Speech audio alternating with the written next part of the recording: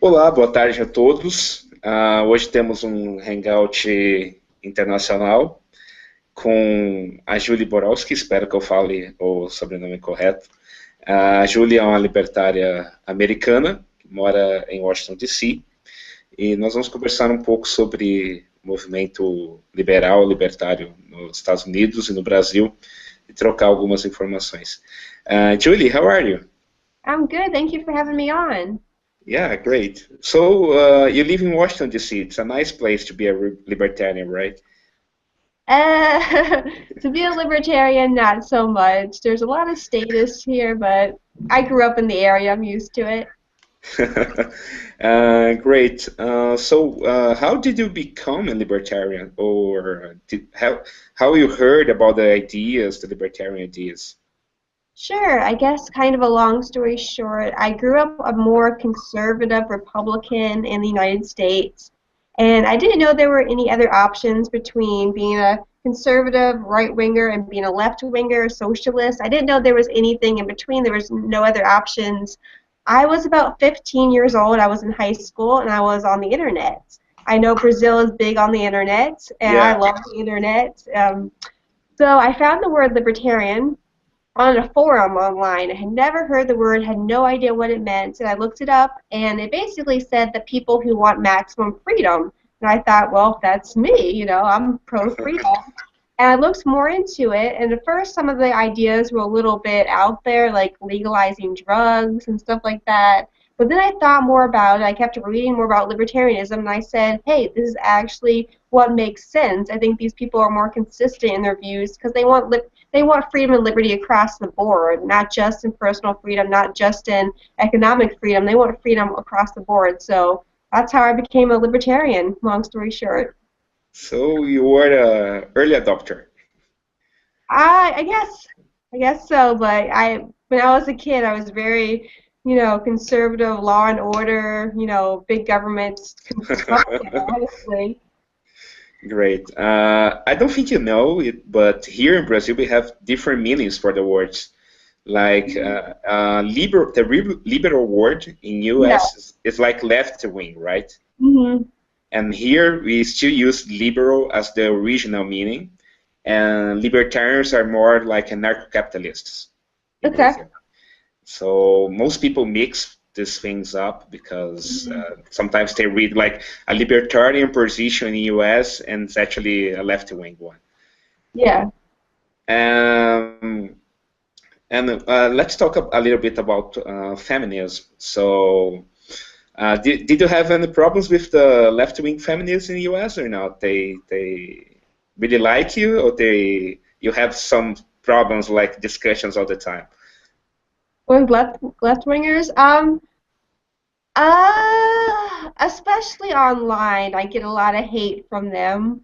But I try to keep it, polite, the discussion, because I think you can learn something from everyone. Yeah. I'm a libertarian, but at the same time, I don't have all the answers to everything. There's things that I don't know. There's still some things that I'm trying to figure out. I'm 26 years old. I believe I can learn stuff from other people, even if I don't think they're correct on an issue. Maybe they'll make me reconsider something that I had never really thought before. So I try to keep it polite, even though, I mean, I do get a lot of hate, especially online, from, what we call liberals in the United States, which is more socialist, left-wingers, but I try to keep it cool. Yeah, great. What about the feminists? Do they have some problems with you? What do they think about your positions? Because here the radical feminists, especially, they're really like they really discuss and make a lot of mess once in a while. Uh, yeah, the feminists, a lot of them don't like me. It depends on what kind of feminist you're talking about, though. I know there's more libertarian feminists out Yeah. there. They make more sense to me, but I don't identify as feminist because I think the word is just so tainted at this point that when you say the word feminist, I think it turns off a lot of rational people. They say, "Whoa, I don't want to be associated with that." And I guess I'm the same way. I consider feminist to be, when I hear the word, I think about a big government person, someone who wants the state to control the lives of other people, and that's not what I want to be about. Right. Actually, here in Brazil, the Congress just approved a law that makes murdering murdering women. You have an increased. Come on, I hate when I forgot the word. You get more years in jail. So now here, being a man is less worthwhile than being women, because now our lives is less worthy. Okay, so it's like a hate crime thing that if you kill a woman, you get more years in jail than if you kill a man. Yeah, but like you cannot define it was hate because it was just killing because it was a woman, or because it was a passionate murder or something like this. But anyway, it was approved and the president just signed it. So now it's easier to kill a man like me than to kill a girl, for example. Well, I think when you kill a person, it's automatically a hate crime because you don't kill someone. Yeah, sure. Well, I love you so much that they're gonna kill you. I think that's wrong. I think if you kill somebody, of course you should be punished for it, but I don't think if you kill a man, you should be less punished for it because it was a man, so therefore his life isn't as valued as much as a woman. I mean, that's ridiculous. I think it's become to the point where it's almost like women are above men in society, and I actually want equality. You know, feminists always talk about equality. Well, I actually want real equality between the sexes, and you can't do that if you have women on a pedestal above everyone. I think it should be equal.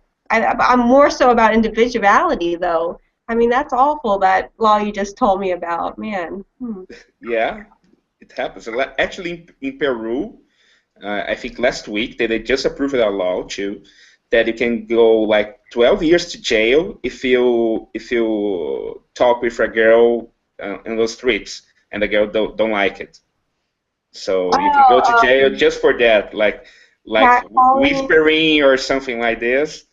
But I hear that's really bad in like South American countries. I took Spanish in high school, and I remember my Spanish teacher talking to me about that. Like, if you ever go to South America, like, you're gonna get catcalled. Nosotros podemos hablar en español si deseas, ¿no? I've forgotten a lot. That's a free speech issue. I mean, you shouldn't be a jerk. You shouldn't say like nasty things to women just because you shouldn't. That's a jerk thing to do. But the same thing, I don't think you should be punished by the government for doing so. And so difficult, especially here. I don't know in the U.S. You can tell me more about it. But here it's very difficult for people to understand about freedom of speech. Mm-hmm. Like, we don't have that freedom of speech in our laws. Like, it's allowed, but with many exceptions. And so people say, okay, you can have freedom of speech, but you cannot be a racist, or you cannot be a sexist. Come on, that's not freedom of speech. That's not freedom of speech. You need to have the freedom to be a jerk, to be an idiot. Yeah, it's not really freedom of speech. Oh, if you can only say really nice things, you can only say compliments to people, that's not freedom of speech, because there's no issue of doing that. Freedom of speech is to protect controversial speech. And, you know, we're talking about racist, sexist, just nasty speech. Like, you shouldn't probably say that, but you shouldn't be punished from the government for having those opinions. I think in the US is easier to have freedom of speech compared to here, right? People understand that better, or not? I don't know, because I've never been to Brazil, so I don't know exactly. But like, for example, do you have people on the media or journals or newspapers or something saying that you need to condemn racists to go to jail or something like this? Let's see. The government really doesn't punish you for your speech here. Like, I have a YouTube channel. I criticize the government openly online all the time, and I've never gotten a knock on my door. Maybe I'm on some kind of list. It's possible, but the government doesn't really censor you that much. I believe it's more. I do believe the United States is moving to a more politically correct society, where it's not the government censoring you, but it's other people, it's your peers, it's a lot of a lot of it's on college campuses right now. Students getting banned for saying inappropriate things. I think that's more so in the United States, or PC culture. But freedom of speech we still have for the most part, which is a good thing. But who knows in the future? Yeah, here if you were a racist, you go to jail. Oh my gosh. Yeah. Another question about guns. It's another issue we have in Brazil. Yeah. I know it depends on the state. I believe that most American states allow you to buy a gun and hold a gun. Maybe correct me if I'm wrong. Tell me more about guns in U.S. and the left wing lobby and the conservative lobby, even against and pro guns. How do they work? Sure. In the United States, you can get a gun. There's different states have different laws regulating guns. Some states have background checks, some more strict, things like that. Some states ban certain types of guns. But for the most part, you can get a handgun in the United States pretty easily in most states. Conservatives, for the most part, are very pro-gun rights. They believe people should have the right to own a gun for home protection, and just in case, in case stuff hits the fan, it's good to have a gun just in case. Liberals are torn on it. When I say liberals, I mean the left-wingers. A lot of them want gun control. I mean, we do have an issue of gun violence in the United States. I believe the media has probably blown it up more so than it actually is. But a lot of the left-wingers want the government to crack down on people owning guns. It's different to a different extent, though. Some want to ban guns, and some want more regulations of guns. So, I mean, there's some diversity there. Right here, guns were almost banned for the normal people. Of course, for the criminals, they don't really respect the law. Huh?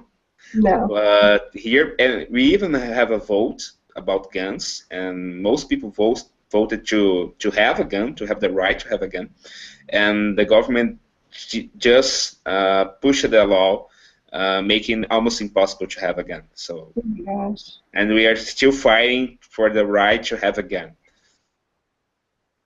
I hope you get lucky, and because I wouldn't know what to do without a gun. Like, I've never lived in a house without a gun. That's just so strange to me that you guys wouldn't have that freedom to have a gun.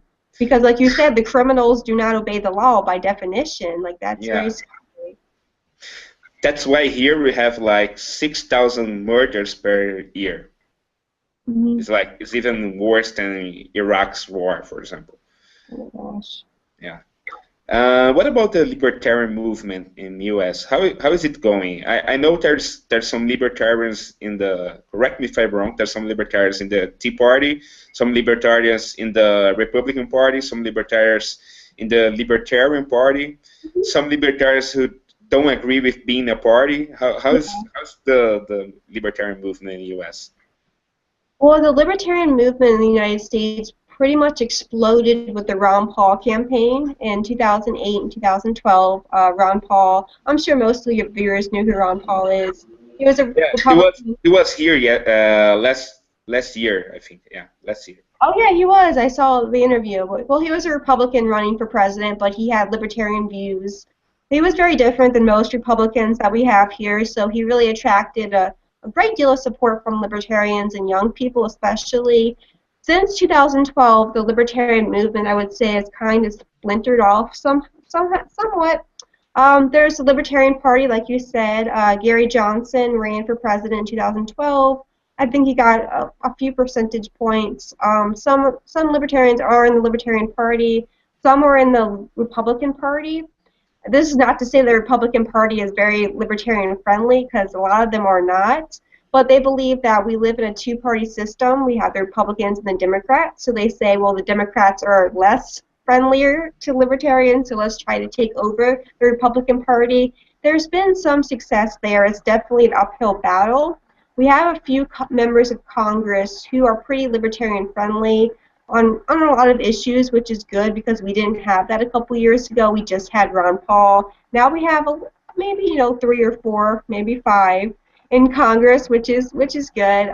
Like you said, there's some that are anarcho-capitalist, the anarchists who don't want anything to do with politics, which is fine. That's their choice if they just want to do the more educational route. But I think libertarianism in the United States is definitely growing.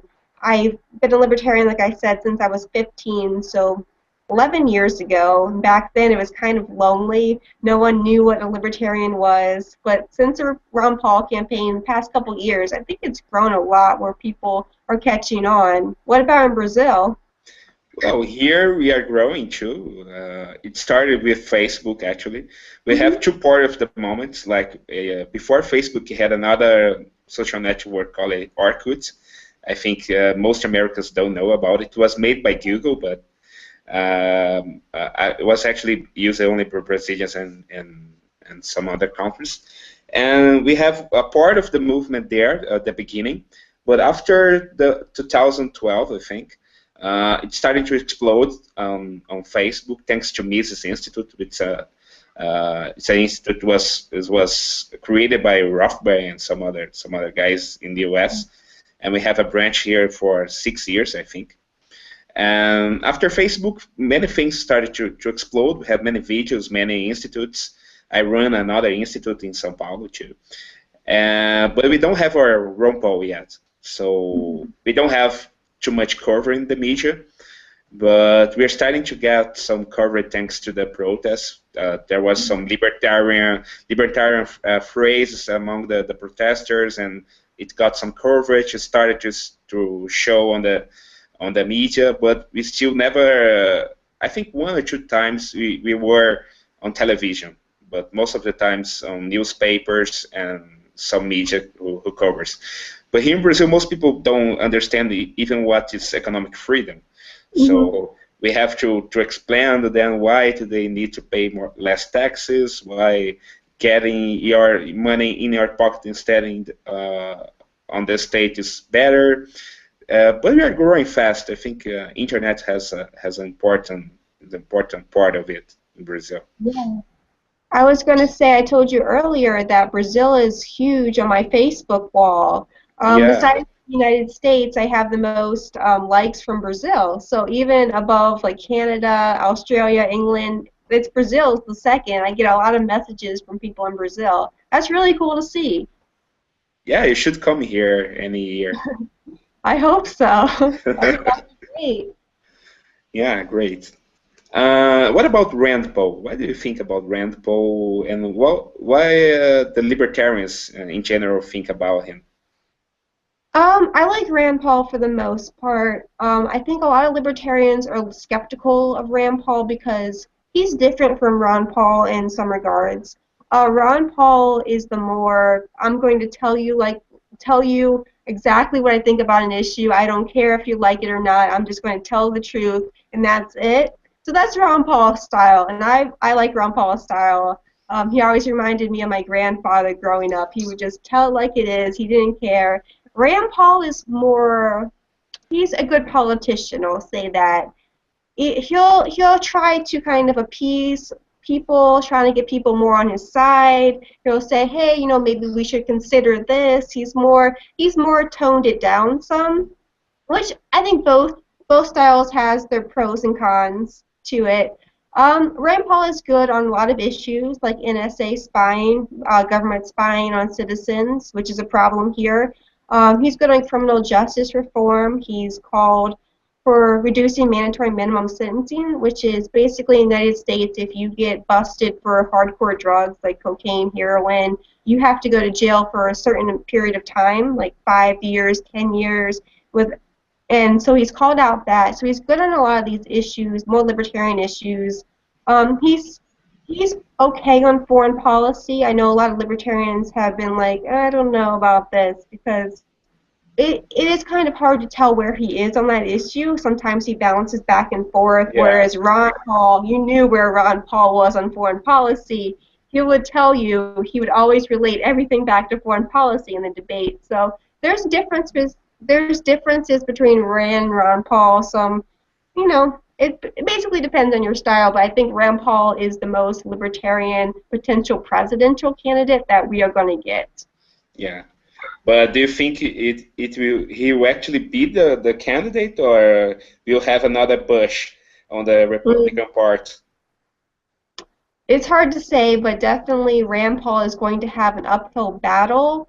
I know a lot of the more establishment Republicans are really coming after him and trying to dig up dirt within his staff, and basically they're kind of scared of Rand Paul at this point, which I think is probably a good sign that we may not have, hopefully, another Bush or Clinton in the White House. That would be terrible.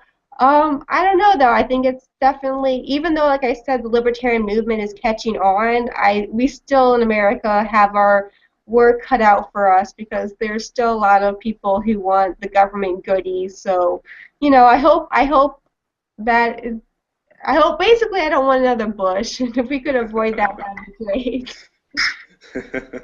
What about another Clinton? Hillary Clinton. She's awful on pretty much every issue. I think a lot of people want her to be president because they want a first woman president in the United States. And I mean, I don't have any preferences between a man and a woman president because I actually care more about their policies. And Hillary Clinton is bad on foreign policy. She wants more war. She wants more domestic spying. And she's bad on, healthcare, all these issues, education. Like, she just wants the government to take over your lives, both personal and economic. So I think it would be really bad to have her as a president. And I hope more Americans look at her policies rather than her gender. Do you think she's worse than Obama or not? Mm, she might be worse than Obama because even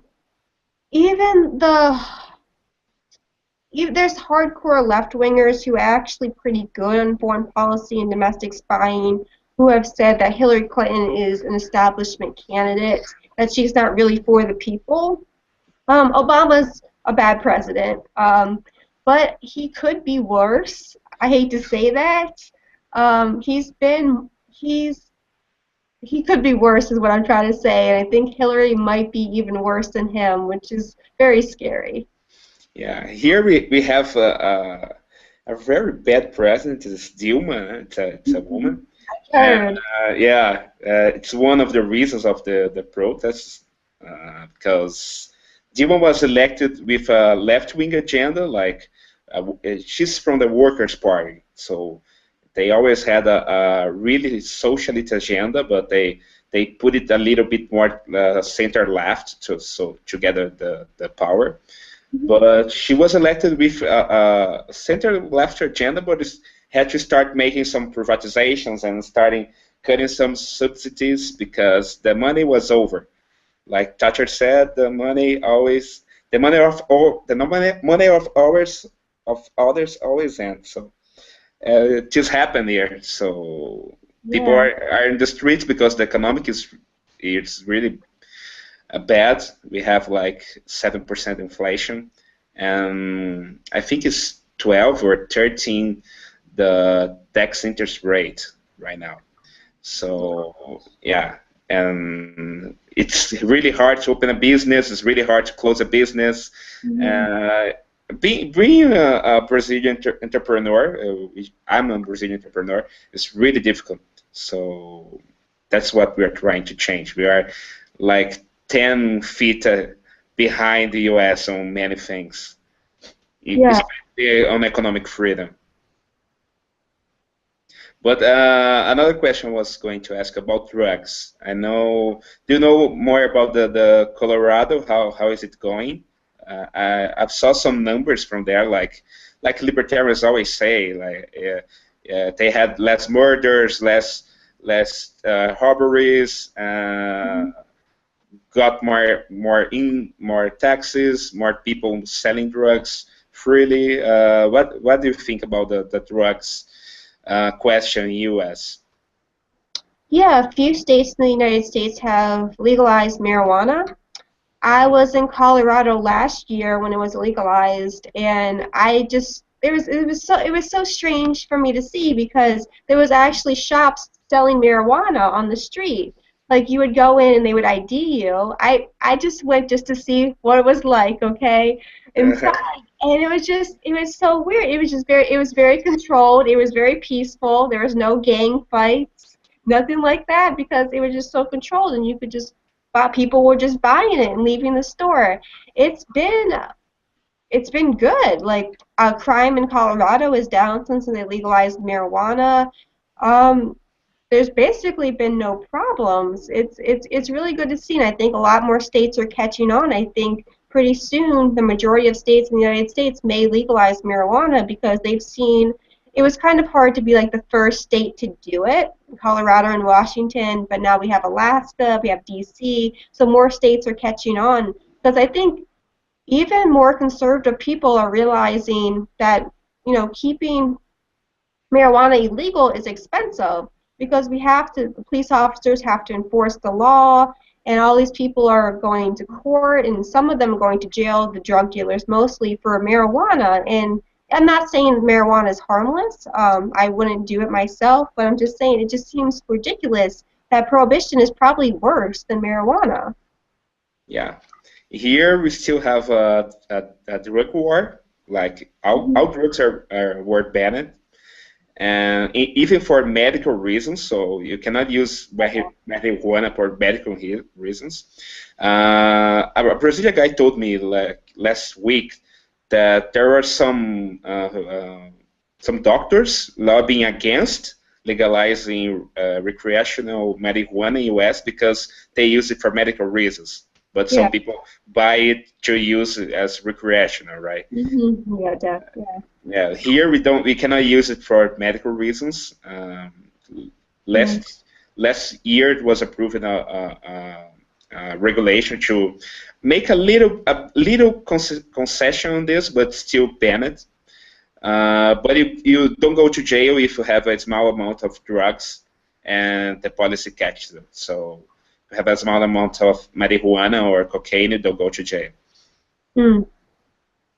But we follow the U.S. Experiments with Colorado and the other states very carefully because that's one of the reasons, one of the biggest fights from the Brazilian libertarians with conservatives. It's about drugs, because here we have favelas, and in the favelas we really have gangs controlling most of the favelas and making poor people suffer and get murdered for nothing because of the war. And here is I think is stronger than U.S. position. Another issue that we usually fight with conservatives is gay marriage. How is this issue going in the U.S.? More states are legalizing gay marriage. I don't exactly have the number of states right now, but it's a great deal of states have legalized gay marriage, and I think probably more so are going to legalize gay marriage. Myself, I kind of just want to get the government out of marriage. I don't think that's very practical right now in the United States. I think, though, it's kind of like gay marriage is coming to America. You know, it is what it is. I don't personally have anything against homosexuality.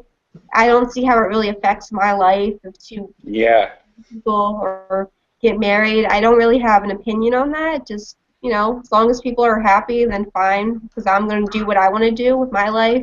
But yeah, I think gay marriage is definitely coming to America. It already has. It's going to expand more. Are you a minarchist or an anarcho-capitalist? I don't like those labels.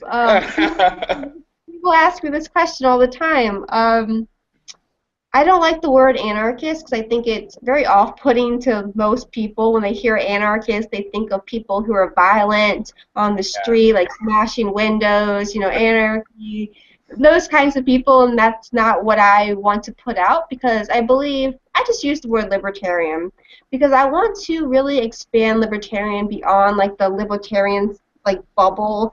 I want to reach, you know, regular, average people who may not be that interested in politics, who just are living their life and they see things, they're like, I don't know if I like that, but they don't know that there's another option out there because they've never heard of libertarianism. And I think if we're in the corner talking about our books and, you know, all these kind of stuff, we're not going to reach the regular person. So if we come at someone and say, yeah, I'm an anarcho-capitalist, they're like, whoa. Yeah. What is that about? So I don't like that. I don't, because I'm also a very practical person. Would I like to see a totally voluntary society where everything is voluntary and consensual between individuals? Yeah, sure. Let's try that out. Let's see if it works. But I don't know if I ever get to that point in my lifetime. So I'm kind of over here talking about libertarian things and just basically trying to get people on board and not turn them off, I guess, would be the best answer to that. Yeah, good answer. Uh, here we kind of have the same problem. Like we have many poor people, so we need first to explain them Mhm. why free market is important and everything. Myself, I believe in, like, I would be a anarco-capitalist, but I think the best way of saying this to people is like I defend a free market on everything. So I defend that the state don't have to do anything with gay marriage, with drugs, and even on law and policy. I think that people should have the option to hire a private police or something. Yeah. And if the state will continue or not, it depends on people. What if people want the state to continue? So I shouldn't be the one saying, okay, no, we need to end the state because I'm saying this one. I don't think this is very libertarian, you know. Yeah. We should have the option to people to decide whatever they want and leave the monopoly of the state out of everything. Yeah, I agree with you there. I think people should have the option. It would be great if we could just have like a libertarian island somewhere and we could actually Yeah. try out our policies. But the problem then is the government is going to crack down on the island. Just if we could just be left alone, let's try it out, see if it works, and hopefully it does. What about seasteading? Do you have any information about it? I've heard of it. I'm not really involved in it though. Ah, what a pity. It would be good to know more about it. I've heard about it like 1 or 2 years ago, but I didn't see any new improvements I about it. haven't heard about it recently either, no. One question that some guys asked me about Bitcoin. How's Bitcoin going in the US? More people are using, more people are knowing Bitcoin, or is not that known yet? More people are using Bitcoin and have heard of it, I think. I think there's been some popular websites who have actually said you could use Bitcoin on this website. I think over the past year, though, I believe Bitcoin went down a lot over the past couple months. Yeah, yeah. I, I'm not that Bec- much of a bec- Bitcoin user. because FBI cracked down Silk Road and they had to sell Right. the Bitcoins in the market, so the price went down. Okay, I don't use Bitcoin that much, but I mean, I think it's cool to have an alternative. Um, More people are realizing what it is, but like I said, like I know it went down a lot, so maybe some people are being hesitant about it right now, saying, maybe I should have bought them years ago. I hear that a lot. Yeah, great. What changed after Obama was elected? How for best and for worse? What do you think changed on the U.S.? Since Obama's been elected, I mean, it's basically been a continuation from the Bush administration, which was bad too. I'm not a Bush fan. It's basically been a continuous steady climb of big government. So there's more government in our lives. I don't know if there's been that big of a change though. It's just more of the same, I would say.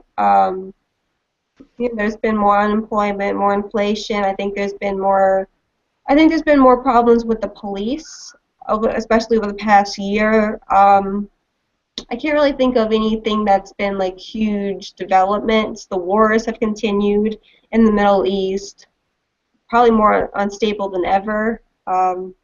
Same old bailouts. I don't know if there's been that much change. He promised hope and change, but not really. It's just the same crap over and over. Many people are starting to get used to some U.S. politics thanks to House of Cards here. Oh. There are many House of Cards fans in Brazil, so they started to know more information about Republican Party and Democratic Party and how it works.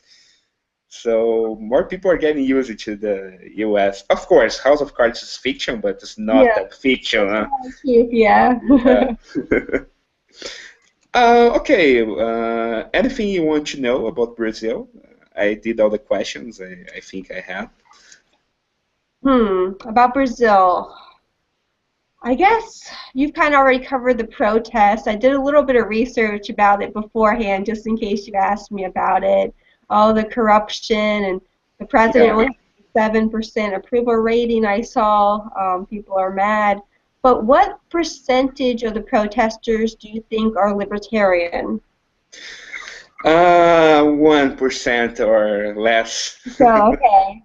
But that's why we are trying to get more the information to people and make more libertarians go to the street, because some libertarians were against going to the streets. But I think that we should use this moment where people are discussing more about politics to get our message out. So if the streets are the media vehicle now, so let's go to the streets. Let's put our message there. So that's what we are going. We are going to have another protest on, I think it's April 12th. Yeah, April 12th. So like 3 weeks from now. But the politics already started to move on the Congress after this last protest. So they're trying to approve a new anti-corruption law.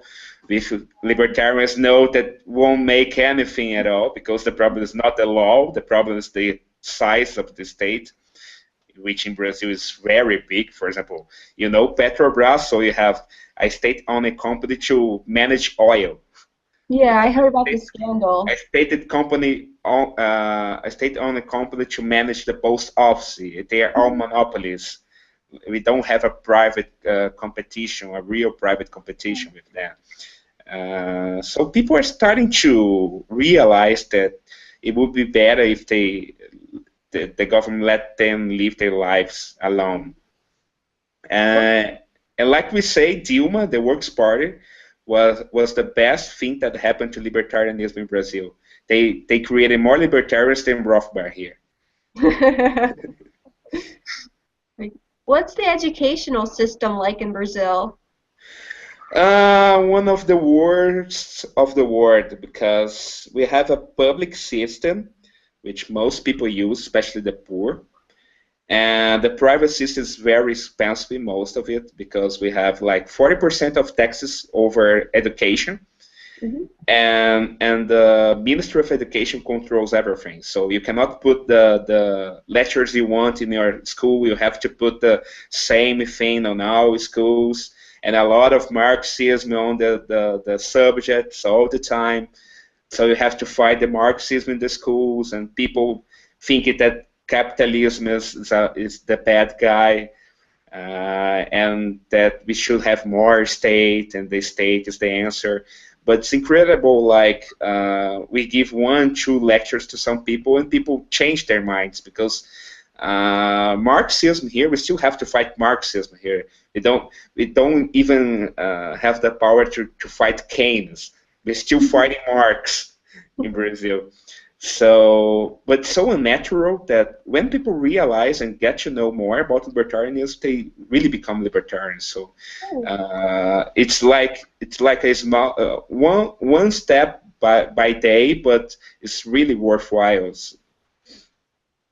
How did you become a libertarian? Well, I was in the protests in 2013. We had some big protests, and I was one of the organizers of one of the protests. We was able to make a Congress not pass a law that would make the corruption investigation be almost impossible. So they would make the main body responsible for investigating corruption almost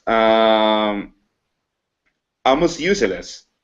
So we went to the street. We had like 40,000 people in the streets, and the law was not passed.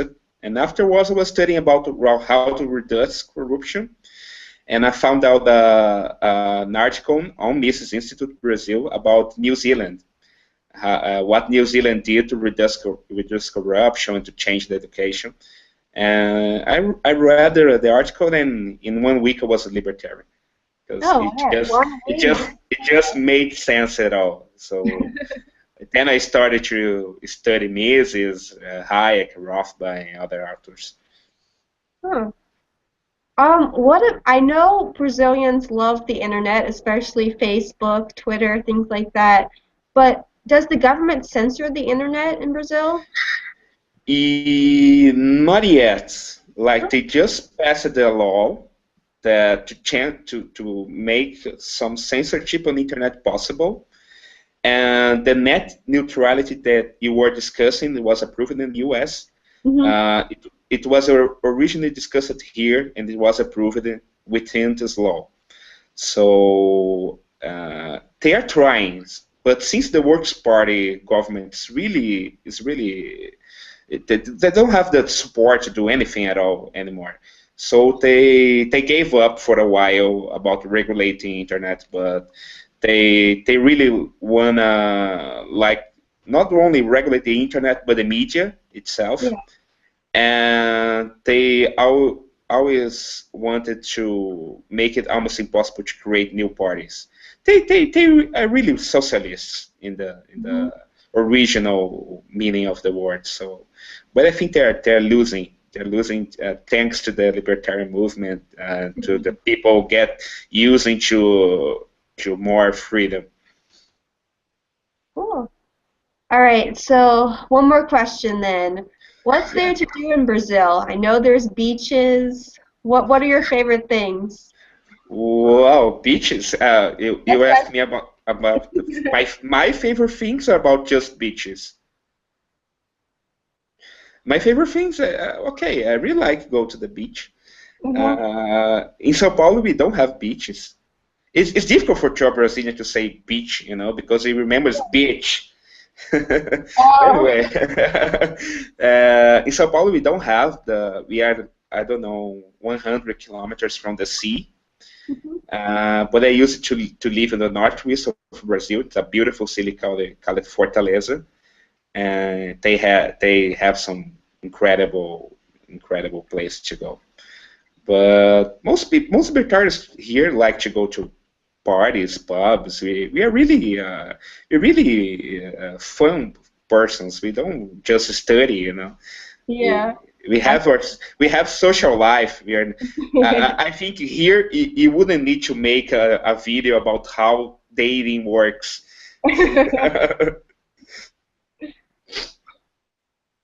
I asked you that I think we were transmitting, right, about the video with dating tips.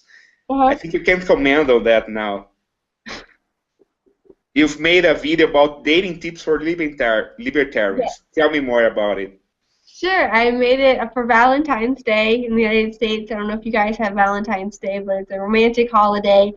And basically giving tips to libertarians on how to date, how to meet women, how to get the women to like you.